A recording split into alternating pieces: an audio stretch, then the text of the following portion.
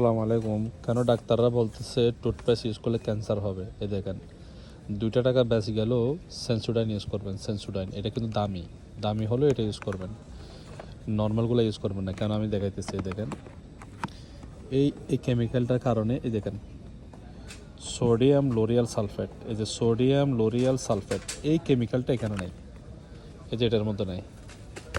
এটার কারণে আমরা ক্যান্সার হচ্ছে। এই যে সোডিয়াম লোরিয়াল সালফেট, আপনারা ইনগ্রিডিয়েন্টসগুলো একটু দেখে নেবেন যে আমি দাঁতের মধ্যে কি দিতেছি। এটা আপনাকে শেষ করে ফেলবে, এটা আপনাকে একদম টোটালি একদম শেষ করে ফেলবে। এই যে ক্যান্সার হচ্ছে না, ডাক্তাররা অনেক ডাক্তারদের ভিডিও দেখবেন আপনারা, তারা নিজেরাই বলতেছে যে টুথপেস্ট দেওয়া মানে ক্যান্সার হওয়া, কারণ এটা সহজে আপনার পেটের মধ্যে চলে যায়।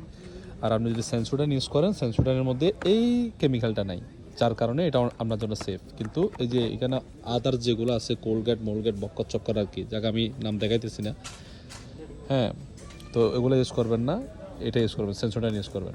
দেখেন কোম্পানি কীভাবে আপনাদেরকে মানে বলদ বানায়। এখানে দেখেন এই আপনার লবঙ্গ, ক্লোবের ছবি দিয়ে পাগল বানাইতেছে। মানে এটা অনেক ভালো, কারণ সবাই জানে লবঙ্গ হচ্ছে দাঁতের জন্য ভালো, কিন্তু এটার মধ্যেও এই কেমিক্যালটা আছে। দেখেন, আপনাকে দেখায়, এই দেখেন